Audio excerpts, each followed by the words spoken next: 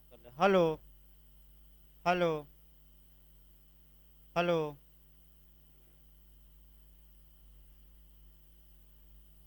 Hello.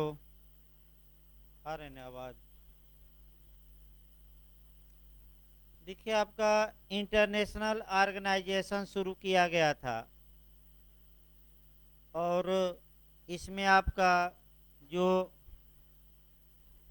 कल पढ़ाया गया था वह आपका पढ़ाया गया था अंतर्राष्ट्रीय संगठनों के विधिक कार्य, यानी कि legal function of international organisation.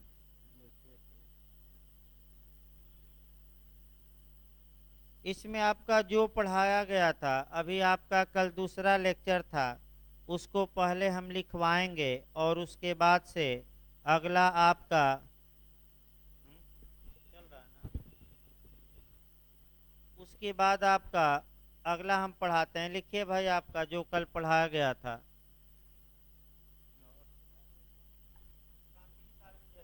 10 minute में लिख लीजिए, और तब आपका अगला इसमें लेक्चर चला जाए। हेडिंग डालिए, अंतर्राष्ट्रीय संगठनों के विधिक कार्य।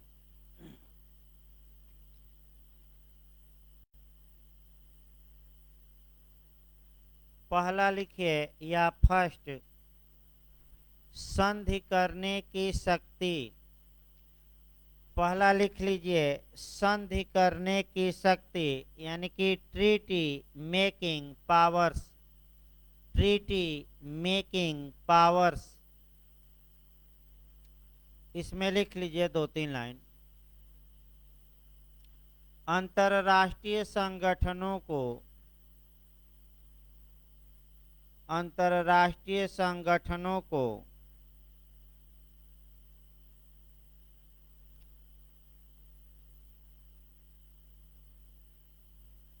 संगठन के संविधान में ही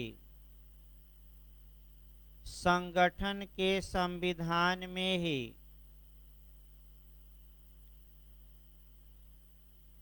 संधि या करार, यानी कि ट्रीटी या एग्रीमेंट, संधि या करार करने की शक्ति प्रदान की जाती है। करने की शक्ति, लिखित रूप में एक शब्द जोड़ लीजिएगा, लिखित रूप में प्रदान की जाती हैं। माने उनके संविधान में लिखा रहता है, लिखित रूप में प्रदान की जाती हैं। लेकिन यह शक्ति लेकिन यह शक्ति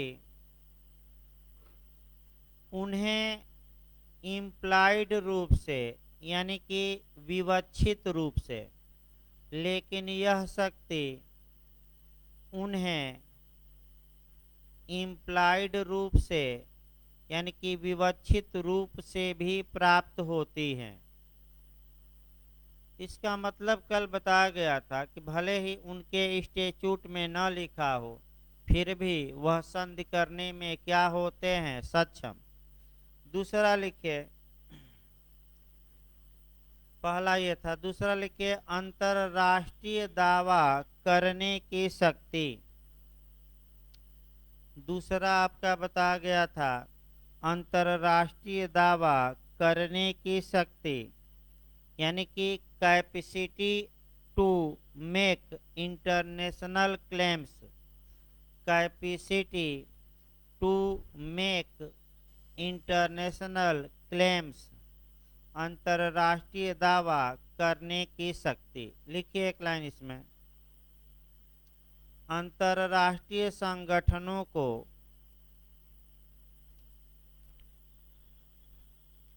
अंतरराष्ट्रीय संगठनों को दूसरे राज्यों या व्यक्तियों के विरुद्ध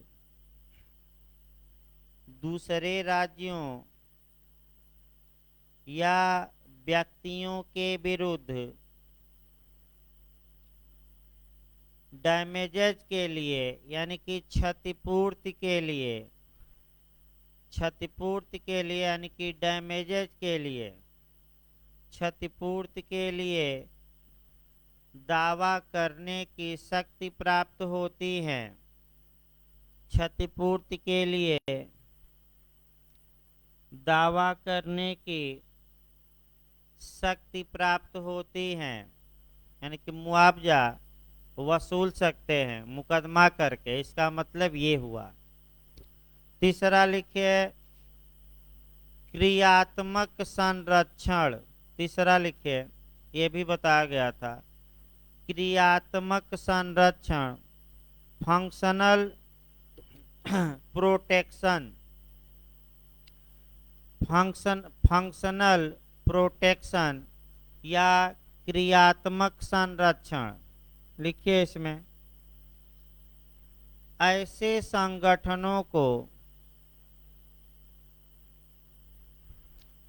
ऐसे संगठनों में अंतर्राष्ट्रीय संगठन, बार बार हम नहीं लिखवाया जाएगा, ऐसे संगठनों को प्रत्येक संविदाकारी राज्य क्षेत्र में, ऐसे संगठनों को प्रत्येक संविदाकारी राज्य क्षेत्र में, संविदाकारी मतलब जिनसे कॉन्ट्रैक्ट हुआ है, यानी कि जो संधि के क्या हैं, पक्षकार, प्रत्येक संविदाकारी राज्य क्षेत्र में कुछ कार्यों को करने की क्षमता प्राप्त होती है, कुछ कार्यों को करने की क्षमता प्राप्त होती है। एक उदाहरण फिर देखिए, जैसे कि भारत यूएनओ यानी कि यूनाइटेड नेशंस ऑर्गेनाइजेशन का मेंबर है। इसका मतलब ये हुआ कि संयुक्त राष्ट्र संघ को ये क्षमता प्राप्त है कि वह भारत देश में आकर और कुछ कार्य कर सके। ये उसे पावर है, भारत सरकार रोक नहीं सकती इस पावर को। ये विशेषता है आपका इंटरनेशनल ऑर्गेनाइजेशन की। अगला लिखिए चौथा, अंतरराष्ट्रीय संगठनों का उत्तरदायित्व, यानी कि रिस्पांसिबिलिटी ऑफ इंटरनेशनल ऑर्गेनाइजेशन, अंतरराष्ट्रीय संगठनों का उत्तरदायित्व।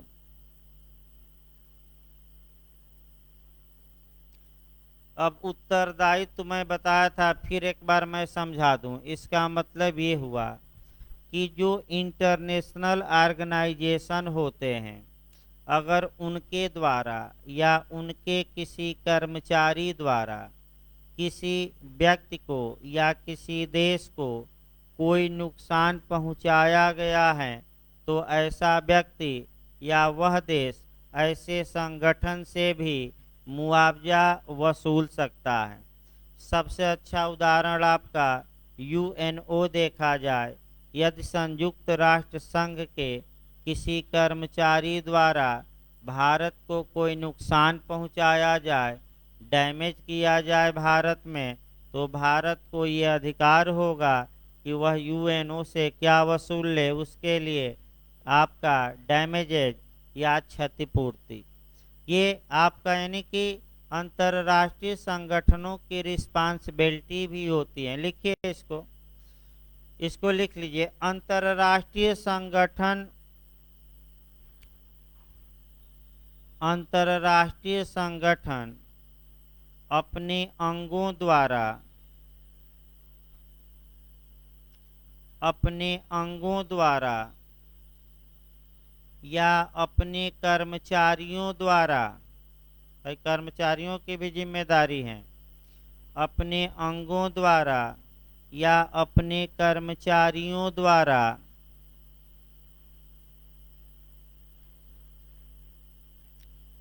अंतरराष्ट्रीय विधि के उल्लंघन की दशा में, यानी कि इंटरनेशनल लॉ के वायलेशन की दशा में, अंतरराष्ट्रीय विधि के उल्लंघन की दशा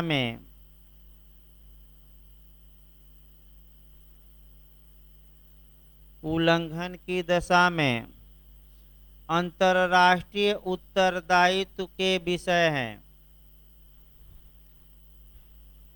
इंटरनेशनल रिस्पांसिबिलिटी, अंतरराष्ट्रीय उत्तरदायित्व के विषय हैं।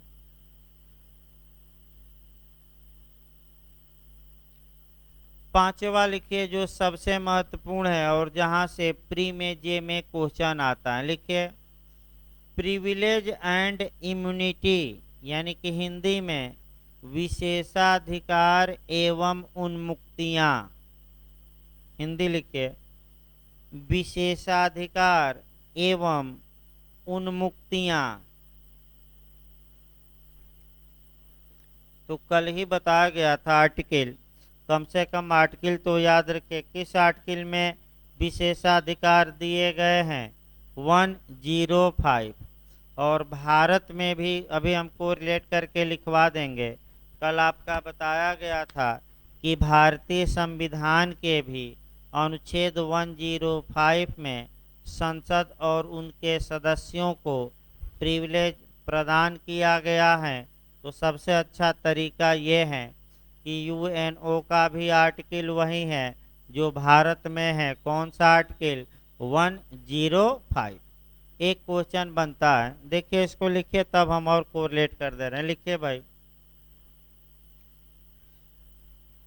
लिखिए पैराग्राफ चेंज करके, अंतरराष्ट्रीय संगठनों को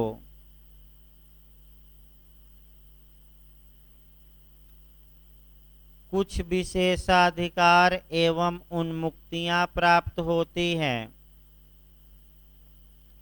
कुछ विशेषाधिकार एवं उन्मुक्तियां प्राप्त होती है। माने उन्मुक्ति मतलब छूट, उन्मुक्तियां प्राप्त होती हैं।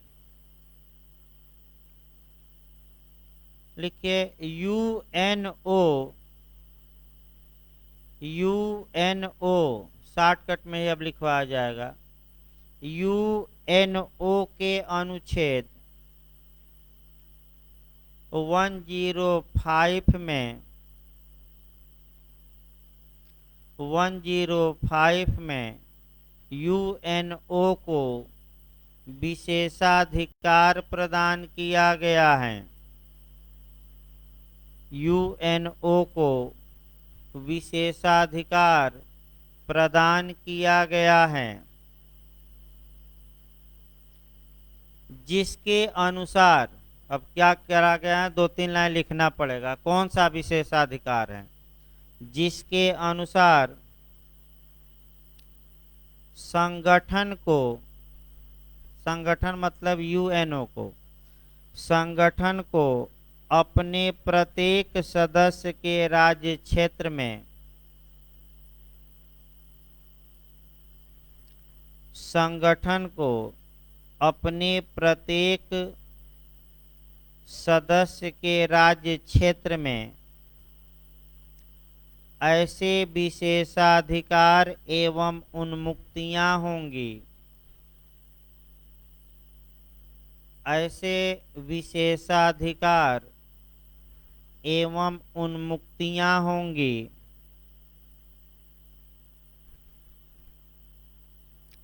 कामा दीजिए, जो उनके उद्देश्यों की पूर्ति के लिए आवश्यक हो, जो उनके उद्देश्यों की पूर्ति के लिए आवश्यक हो।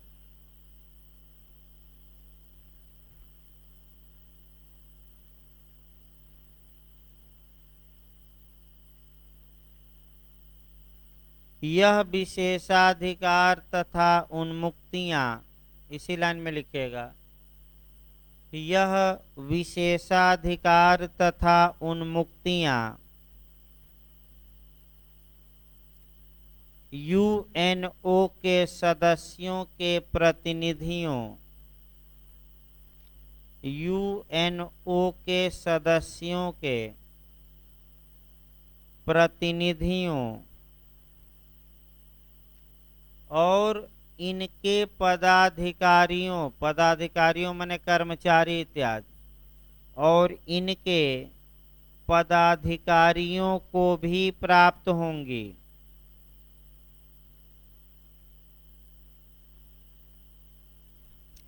इनके पदाधिकारियों को भी, कर्मचारियों को भी प्राप्त होंगी।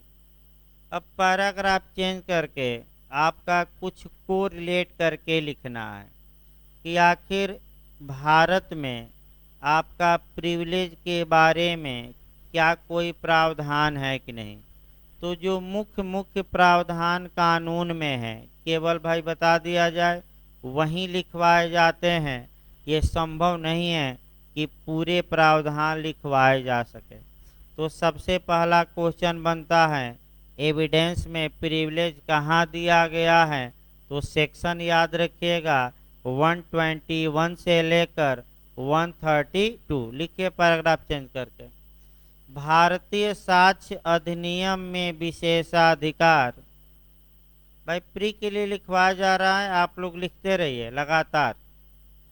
मैंने उसी के नीचे एरो बनाकर लिख सकते हैं, लेकिन पैराग्राफ चेंज कर लीजिएगा। और कानून का नाम स्पष्ट लिखिए जिस कानून में लिखवाया जाए। भारतीय साक्ष्य अधिनियम की धारा 121 से लेकर 132 तक प्रिविलेज दिया गया है, विशेषाधिकार।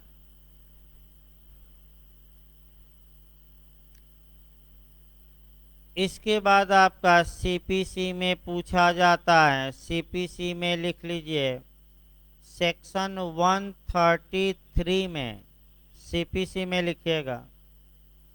सीपीसी के सेक्शन 133 में प्रिविलेज दिया गया है।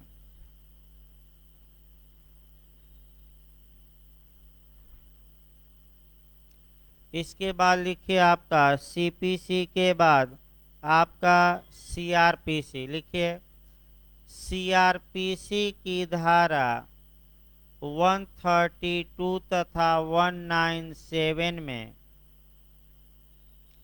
देखिए और भी धाराएं हैं, ये नहीं मुख्य मुख्य लिखवाया जा रहा है। ये नहीं कि कहेगा कि सब लिखवा दीजिए, वो संभव नहीं है।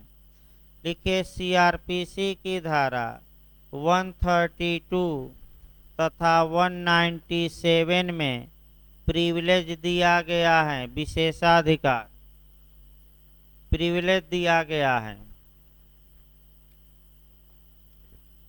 अगला आप आ जाइए अंत में कॉन्स्टिट्यूशन। लिखिए भारतीय संविधान के अनुच्छेद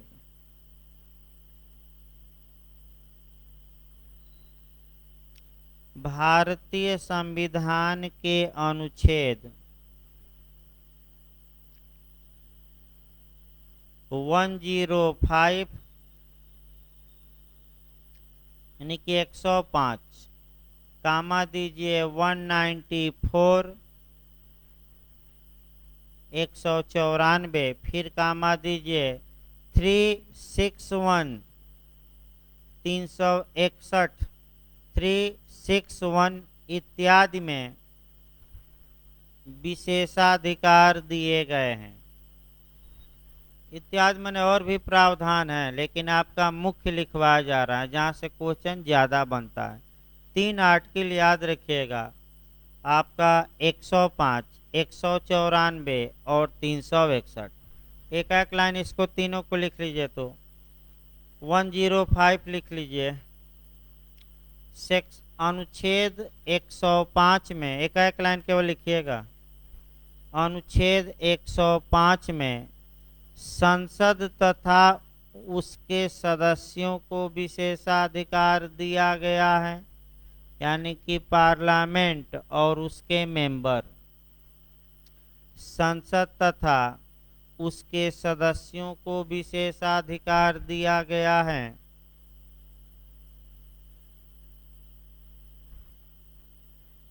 अगला लिखिए अनुच्छेद 194 में अनुच्छेद 194 में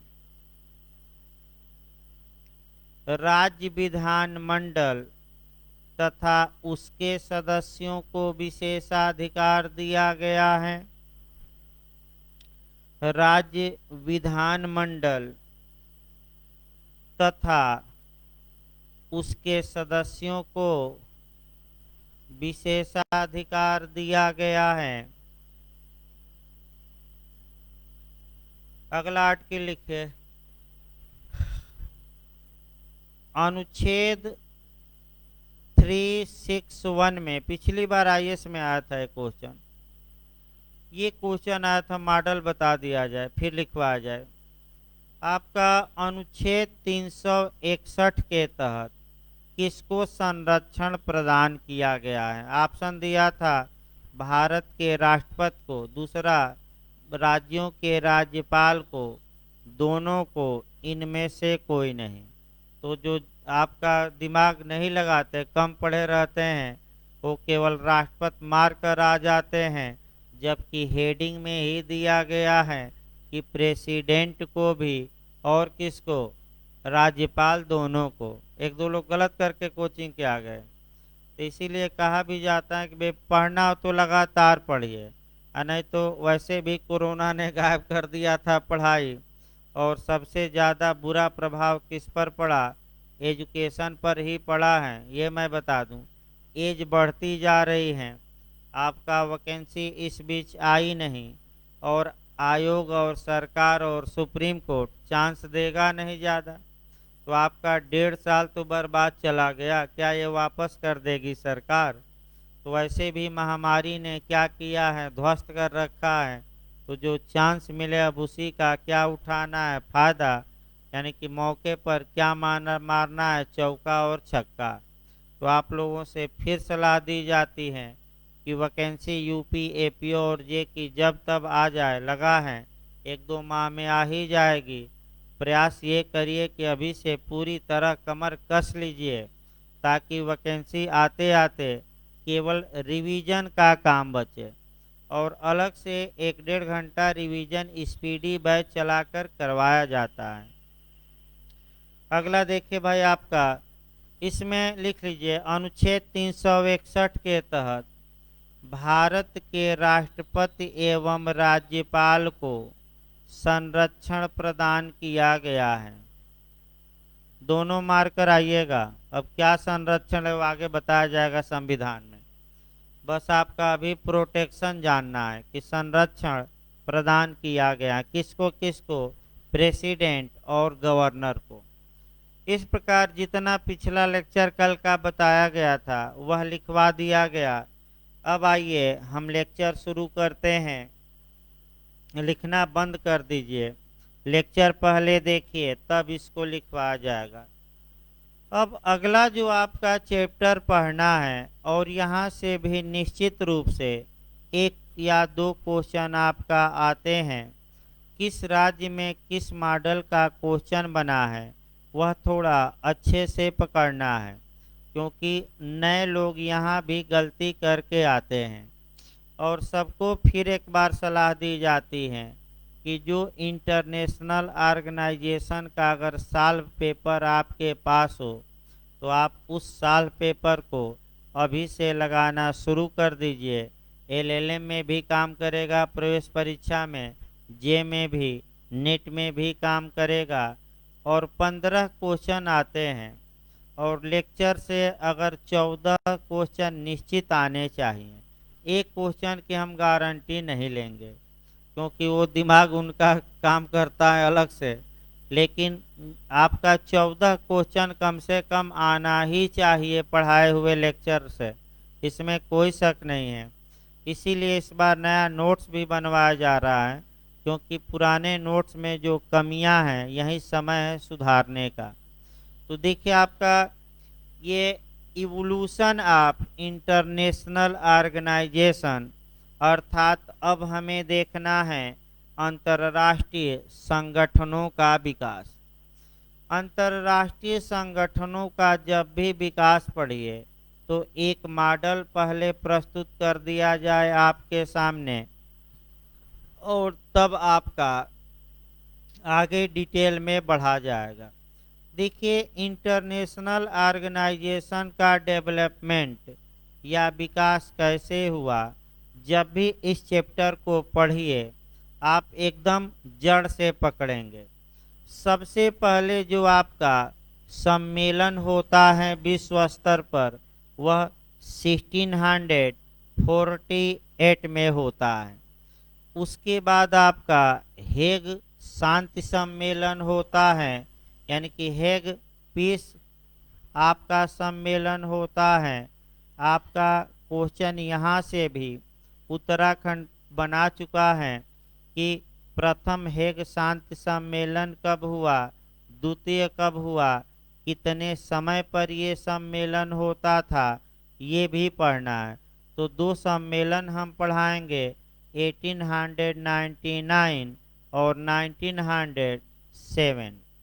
इसके बाद आपका फर्स्ट वर्ल्ड वार होता है, प्रथम विश्व युद्ध होता है, और प्रथम विश्व युद्ध के बाद एक संतति या शिशु या चाइल्ड पैदा होता है, यानी कि एक नया संगठन बनाया जाता है। उस संगठन के बारे में भी थोड़ा पढ़ना है, और वह संगठन है राष्ट्र संघ, लीग ऑफ नेशंस, यानी कि राष्ट्र संघ कहा गया। तत्पश्चात ये संगठन भी असफल रहा। क्यों असफल रहा बताया जाएगा डिटेल में, राष्ट्र संघ के भी बारे में। और इसकी असफलता के बाद सेकेंड वर्ल्ड वार शुरू हो गया, द्वितीय विश्व युद्ध शुरू हो गया, और द्वितीय विश्व युद्ध के दौरान ही आपका एक नया संगठन बनाने की चर्चा शुरू हुई, और द्वितीय विश्व युद्ध की समाप्ति के बाद एक नया संगठन बना भी, उसे कहा गया यूएनओ या संयुक्त राष्ट्र संघ, यूनाइटेड नेशंस ऑर्गेनाइजेशन। अब यूएनओ का गठन कैसे हुआ, कितने अनुच्छेद हैं इसमें, कितने लोगों ने संधियां की, भारत इसका मेंबर कब बना, यूएनओ की स्थापना कब हुई, स्थापना कैसे हुई, संधि के माध्यम से, तो कितने देशों ने आपस में मिलकर संधि की, मूल रूप से 51, और वर्तमान में कितने हैं 193। यानी कि आपका अभी तीसरा वर्ल्ड वार नहीं हुआ है। हो सकता है अफगानिस्तान करा दे, लेकिन कम चांस है, क्योंकि जो महाशक्तियां हैं वो पीछे हट रही हैं। अमेरिका स्वयं पीछे हट गया, यानी कि इसका मतलब ये हुआ कि लोगों को मझधार में छोड़कर और भाग जाना, और कत्लेआम मचाया जा रहा है। आप देख ही रहे हैं, तमाम सोशल मीडिया पर भाई वीडियो भी आ रहा है, तमाम न्यूज़ चैनलों पर भी आ रहा है। आपका तमाम ऐसी आपका माने सूचनाएं और आपका जानकारियां आ रही हैं जो क्रूरता की हदों को भी पार कर जा रही हैं। अब आप भी एक कल्पना करिए, जो लगातार बंदूक चलाया है, लोगों को मारा है, अगर उसे न्यायाधीश बना दिया जाए तो आप सोचिए वो क्या न्याय करेगा। एक तरफ AK-47 रखे रहेगा, और दूसरी तरफ पक्षकार क्या रहेंगे खड़ा, तो वैसे ही पक्षकार डर जाएंगे कुछ बोलने से। तो भाई वो अलग बात है कि आपका रूल ऑफ लॉ और जो सनक का शासन होता है, इसमें जमीन आसमान का अंतर है। और आपका माने सनक के शासन में मनमाना शासन, और रूल ऑफ लॉ में कानून के अनुसार। तो अलग बात है, किसी दिन चर्चा की जाएगी।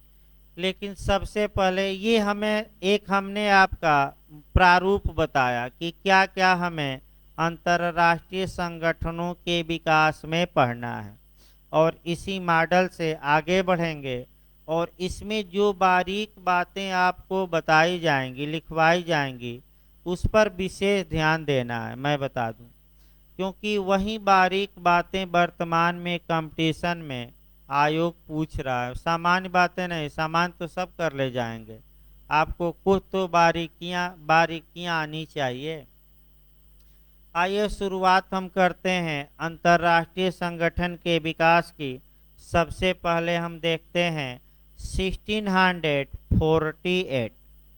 देखिए 1648 में यूरोपीय जो देश थे वो एक सम्मेलन बुलाए, जिसको आपका वेस्टफालिया कांग्रेस का सम्मेलन कहते हैं। फिर एक बार याद रखिए, 1648 ईस्वी में जो यूरोपीय देश थे वह एक सम्मेलन बुलाते हैं, और जिस सम्मेलन का नाम क्या था, वेस्टफालिया कांग्रेस का सम्मेलन। इस सम्मेलन द्वारा यूरोपीय संघ आपस में विचार विमर्श किए, और किसी संगठन का तो निर्माण नहीं हुआ, लेकिन शुरुआत जरूर हुई सम्मेलनों की। और ये कहा गया कि आपका जो विवाद है अंतर्राष्ट्रीय स्तर पर, उसको सुलह समझौते और वार्ता द्वारा सुलझाया जाए। अतः इस सम्मेलन को प्रथम यूरोपीय कांग्रेस भी कहा जाता है, यानी कि फर्स्ट यूरोपीय कांग्रेस भी कहा जाता है। इस सम्मेलन द्वारा जो मुख्य बात हुई कि प्रथम बार विश्व में बैलेंस ऑफ पावर बनाया गया, यानी कि जो शक्तियों का क्या बनाया गया, संतुलन। फिर एक बार लास्ट में इसको देखिए, ज़्यादा ये नहीं पढ़ना है।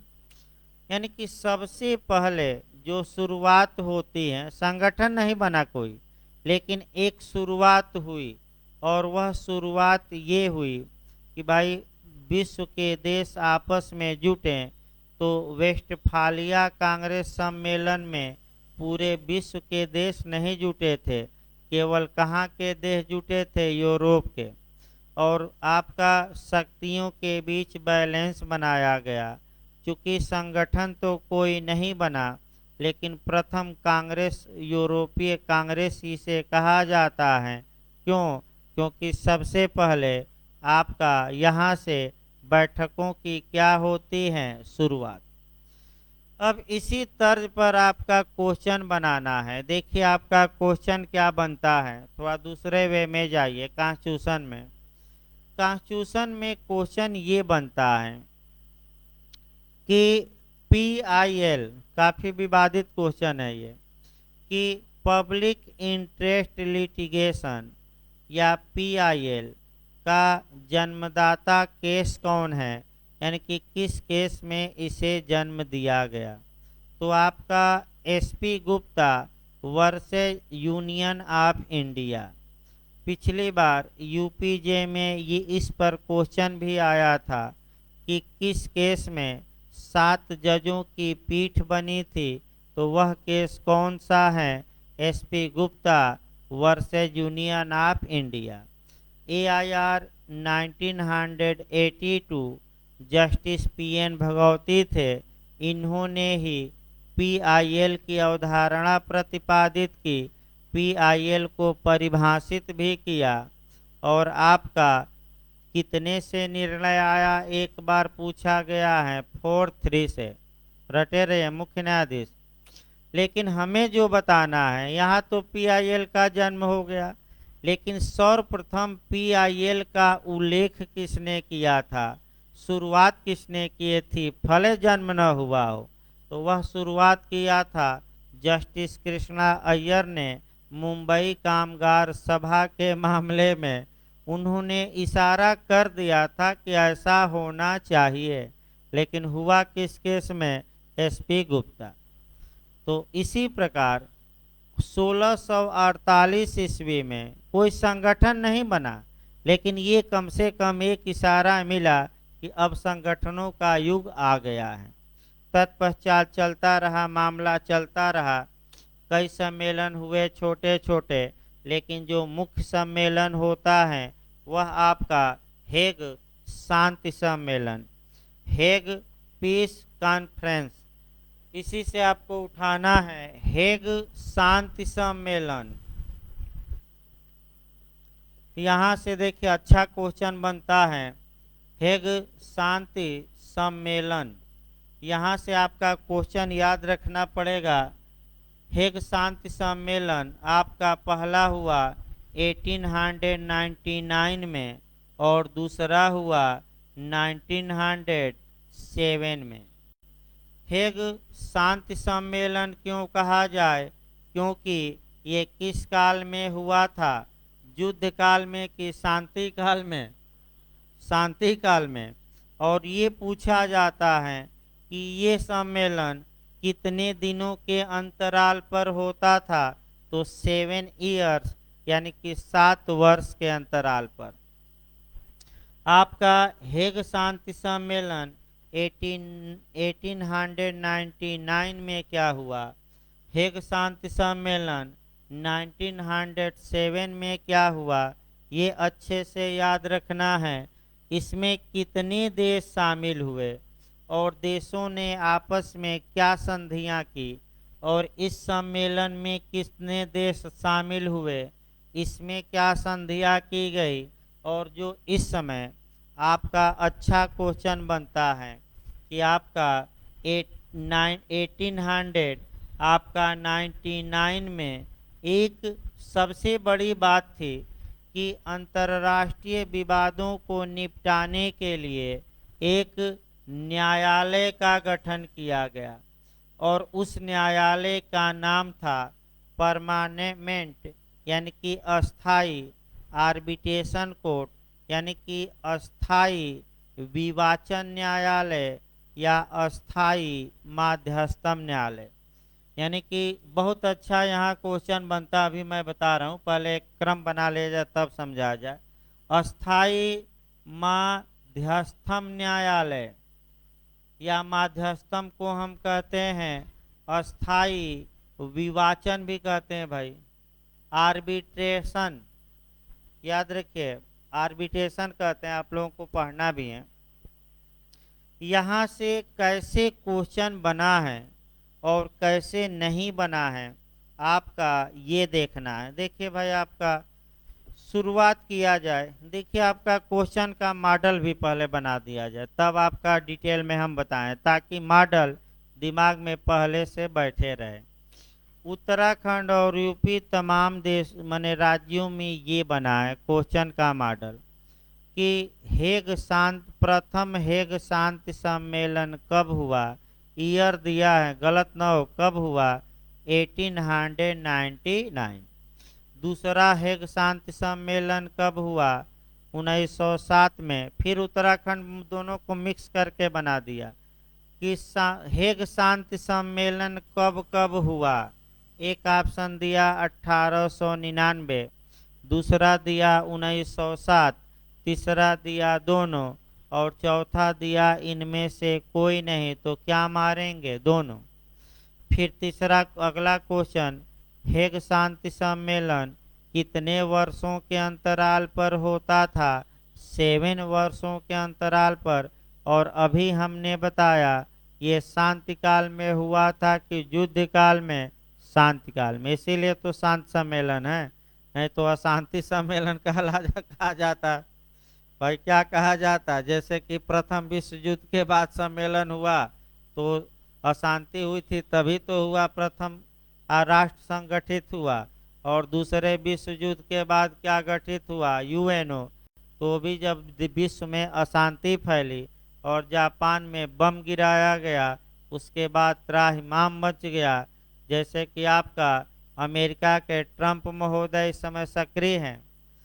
ये सही बात है कि अगर ट्रंप रहता तो ये नहीं होने देता, वो सनकी आदमी था और उससे दुनिया डरती थी। लेकिन बाइडन से दुनिया नहीं डरती है ज़्यादा। अमेरिका के पास भले ही इतने ताकतवर हथियार हों, लेकिन इनसे दुनिया में डर क्या हो गया अमेरिका का।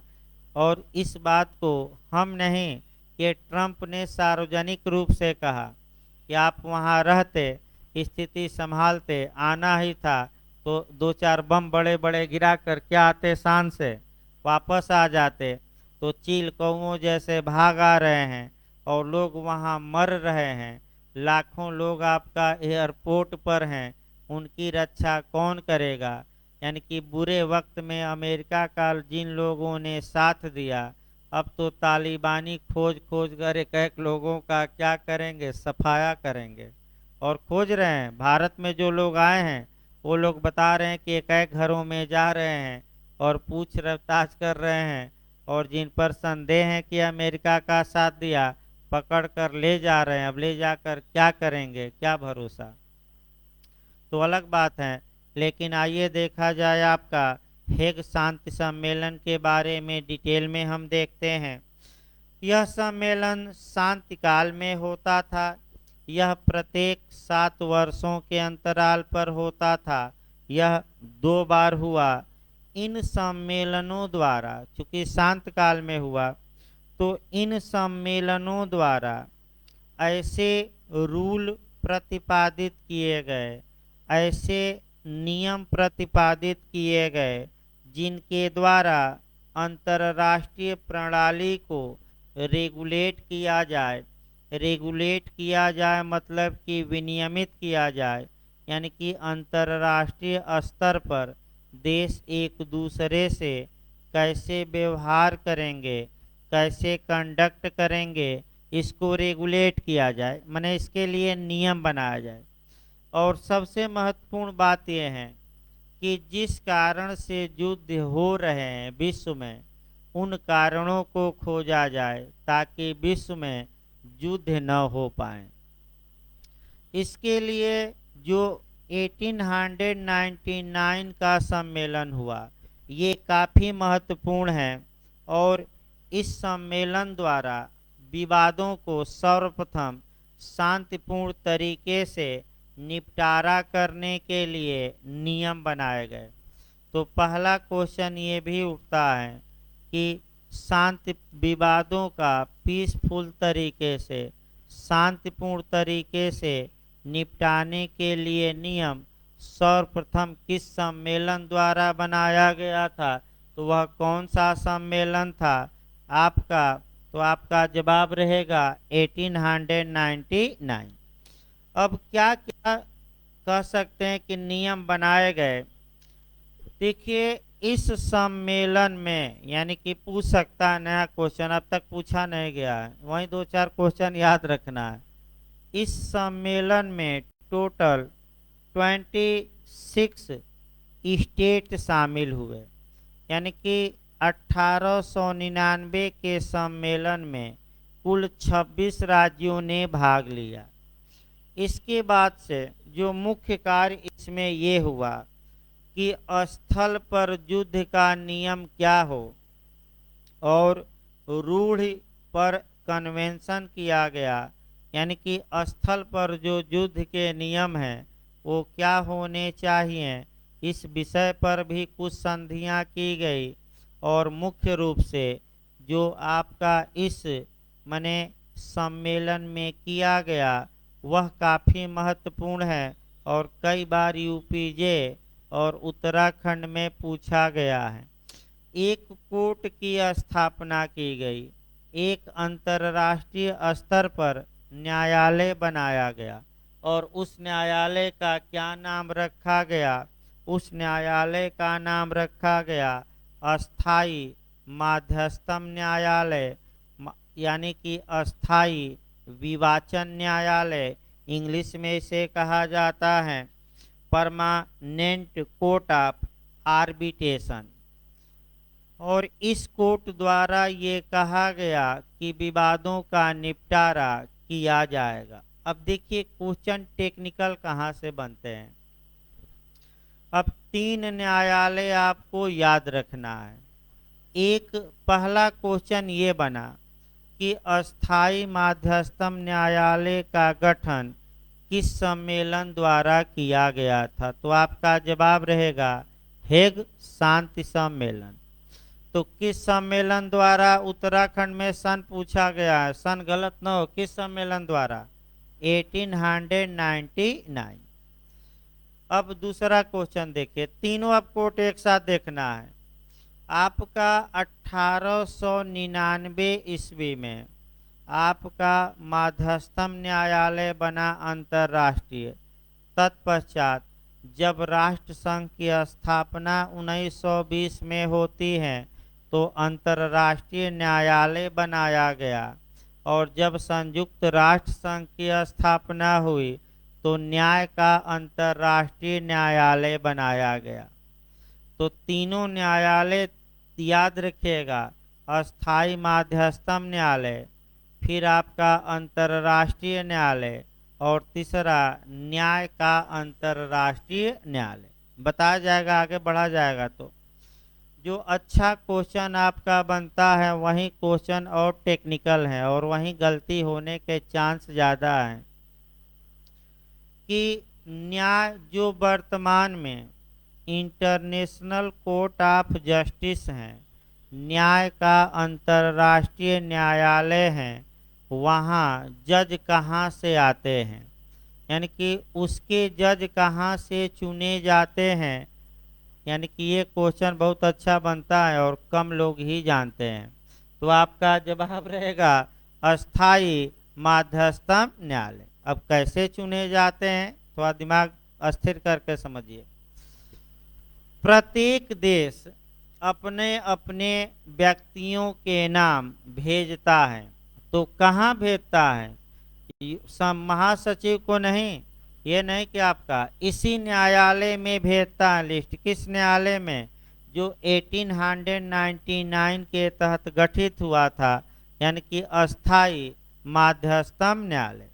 और इन नामों को यहाँ से निकाला जाता है जब लिस्ट आ जाती है तो। और ये लिस्ट आपका रखी जाती है, कहाँ रखी जाती है? महासभा सुरक्षा परिषद में, और दोनों में वोटिंग होती है, एक साथ वोटिंग होती है। और जो जज यानी कि जो व्यक्ति आपका माने बहुमत पा लेता है दोनों में, वह व्यक्ति जज नियुक्त हो जाता है, और जो नहीं पाया वह नहीं नियुक्त हुआ। तो उतना हमें लंबा अभी नहीं जाना है, हमें बस एक लाइन यहाँ देखना है। जो अच्छा क्वेश्चन है, गलती होने का पूरा चांस है। कि न्याय के अंतर्राष्ट्रीय न्यायालय के न्यायाधीश कहाँ से चुने जाते हैं? कौन चुनता है? नहीं, कहाँ से आते हैं, कहाँ से चुने जाते हैं? तो कहाँ से चुने जाते हैं? अस्थाई माध्यस्थम न्यायालय, इसी में लिस्ट भेजी जाती है। अगला देखिए, ये तो 1899 हुआ। दूसरा हेग शांति सम्मेलन आपका 1907 में होता है।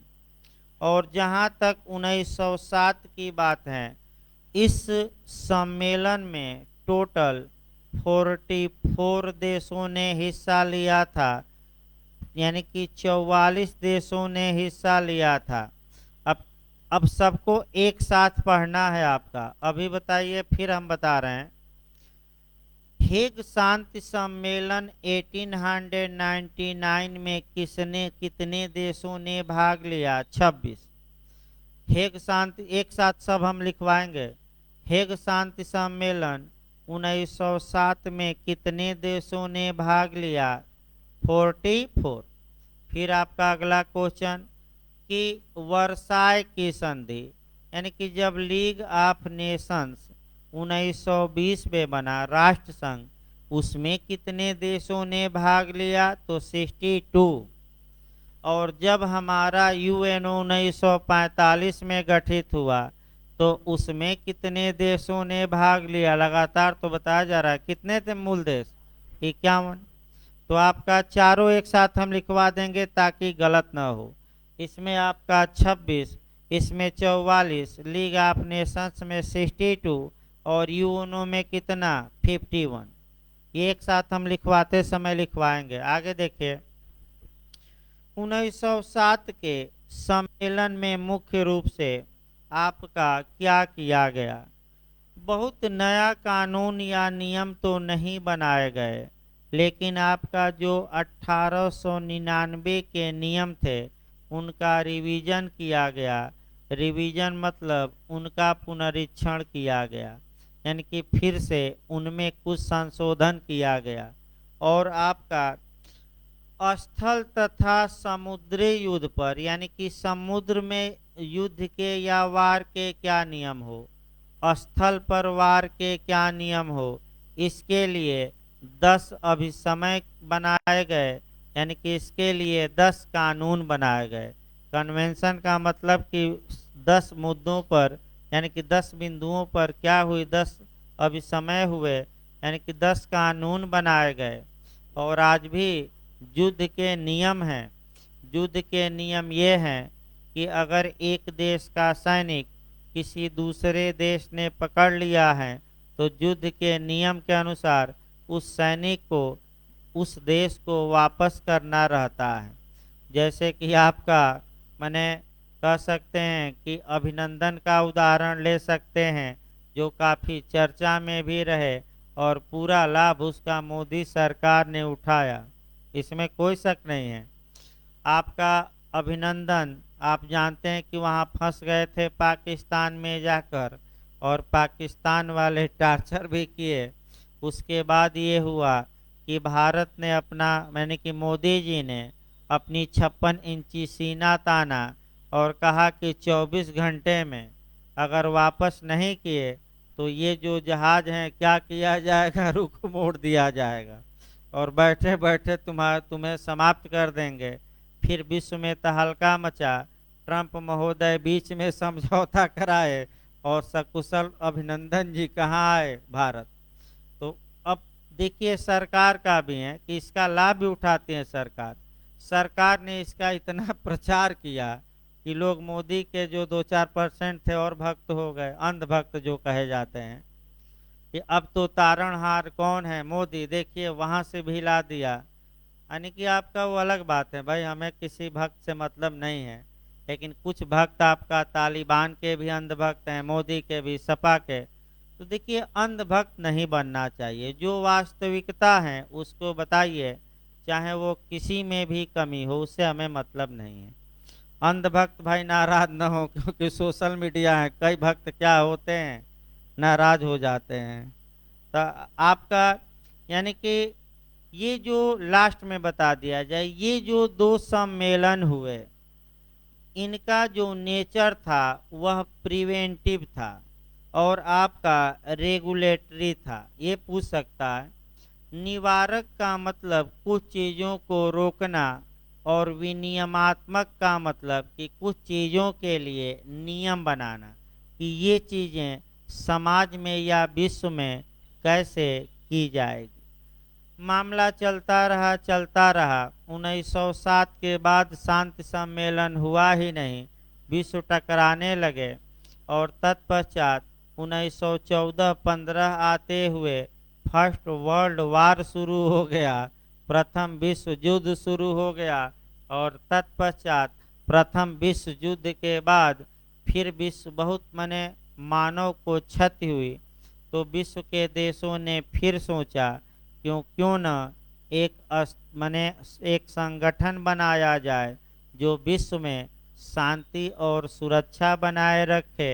और आपका तमाम सम्मेलन हुए और वर्साय की संधि लास्ट में हुई 1919 में और एक संगठन राष्ट्र संघ का गठन हुआ।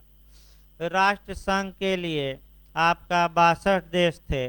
सबसे कमजोरी राष्ट्र संघ की ये थी, लीग ऑफ नेशंस की, आगे बताया जाएगा, कि जो अमेरिका था इसका फाउंडर था, यानी कि अमेरिका के राष्ट्रपति विल्सन इसके आपके फाउंडर माने जाते हैं, पिता माने जाते हैं, जन्मदाता, यानी कि इन्हीं के बल पर सब हुआ। और अमेरिका कभी भी राष्ट्र संघ का मेंबर ही नहीं बन पाया। अब क्यों नहीं बन पाया, इसका लास्ट में हम कारण बता दें, ध्यान से देखिएगा। भारत पर पहले लीजिए, मान लीजिए कि भारत ने अंतर्राष्ट्रीय स्तर पर कोई संधि की, तो भारत तब तक उस संधि या संगठन का, याद रखिएगा, मेंबर नहीं बन सकता जब तक कि उसका समर्थन आपका हमारी पार्लियामेंट न कर दे। यानी कि जब तक कि पार्लियामेंट उस संधि का समर्थन न करे, उस संधि के पक्ष में प्रस्ताव न पारित करे, तब तक भारत उस संधि का आपका क्या नहीं बन सकता, पक्षकार। अमेरिका में जो 2 सदन है आप लोग भी जानते हैं, एक हमारी लोकसभा की तरह और एक राज्यसभा की तरह। जो वहाँ राज्यसभा की तरह हैं उसे सीनेट कहा जाता है। क्या कहा जाता है? सीनेट। और प्रत्येक राज्य के 2 मेंबर जाते हैं। यहाँ की तरह नहीं कि जिस राज्य की जनसंख्या अधिक हो उसके राज्यसभा में अधिक। प्रत्येक राज्य के सीनेट में कितने मेंबर होते हैं? 2। और जो सीनेट कभी भी इस मसौदे को पास ही नहीं की। अतः अमेरिका कभी भी राष्ट्र संघ का आपका संधि का पक्षकार था, लेकिन मेंबर नहीं बन पाया। और राष्ट्र संघ की विफलता का सबसे अच्छा या सबसे जो असफलता का मुख्य कारण था कि अमेरिका का आपका सदस्य न होना। मैंने संधि किया लेकिन कौन पास नहीं की? भाई वहाँ की सीनेट। और जब तक पास नहीं होगा तब तक आप पक्षकार हो ही नहीं सकते। तो चूंकि भाई देखिए समय भी हो गया है, समय का पता नहीं चल रहा है फ्लो बनाते बनाते।